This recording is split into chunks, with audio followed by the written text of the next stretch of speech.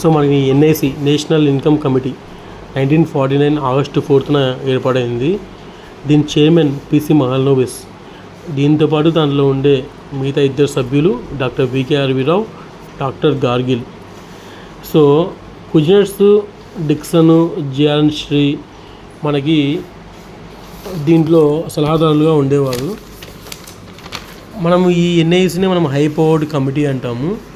అది మనకి ల్యాండ్మార్క్ మన నేషనల్ ఇన్కంలో. ఫస్ట్ 1951లో అంచనాలు వేశారు.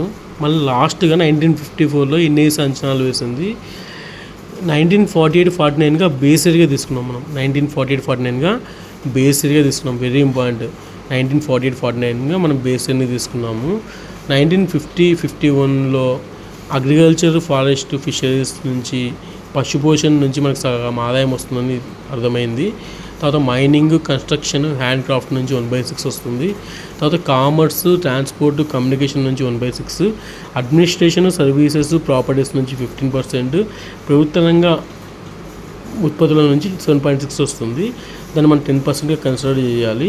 దాంతోపాటు సిఎస్ఓ అనేది ఒక వ్యవస్థ ఏర్పడింది. 1949 నేషనల్ స్టాటిస్టికల్ యూనిట్గా దీన్ని మనం అంటాము. దీని అధ్యక్షుడు కూడా పిసి మహల్నోబిస్.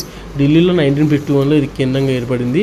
1954 నుంచి జేడీబీ, జిఎన్బి, పిఏ మనకి క్యాలిక్యులేషన్ చేస్తున్నారు. పిసిఐ మనము సిఎస్ఓని వైట్ పేపర్ అంటాం గణాంకాలను. ప్రస్తుతం నేషనల్ అకౌంట్ స్టాటిస్టిక్స్గా మనం చెప్పడం జరుగుతుంది. ఇది MOSPI మోస్పీ అంటే ministry of statistics and programme implementation మంత్రిత్వ శాఖ ఆధ్వర్యంలో సిఎస్ఓ పనిచేస్తుంది. ఈ ఎన్ఐసి అనేది నేషనల్ ఇన్కమ్ కమిటీ 1949 ఆగస్టు 4న ఏర్పాటైంది. చాలా ఇంపార్టెంట్. 1949 ఆగస్టు 4న ఏర్పాటైంది. దీంతోపాటు మనకి అప్పుడున్న ఎకనామిస్టులు ఏం చెప్పారో మనము తెలుసుకుందాము. సో ఒకసారి చూసుకోండి. 1950-51 1/6 15%, 7.6 అని చూసుకున్నాక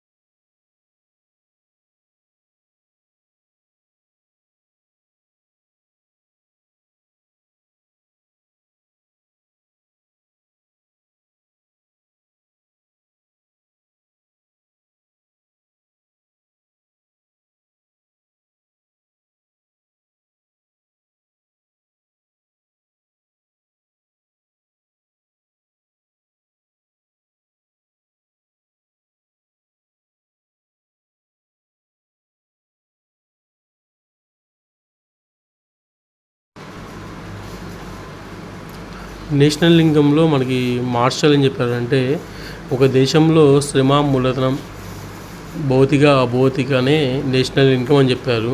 ఫిగు ఏమన్నా అంటే నేషనల్లో ఉన్న ద్రవ్యము, ఫారెన్ ద్రవ్యం కలిస్తే నేషనల్ ఇన్కమ్ అని ఫిగు చెప్పారు. ఫిషర్ ఏమన్నారంటే మన పరిసరాలు, భౌతిక తుది వినియోగదారుల మొత్తం కలిపితే నేషనల్ ఇన్కమ్ అన్నారు.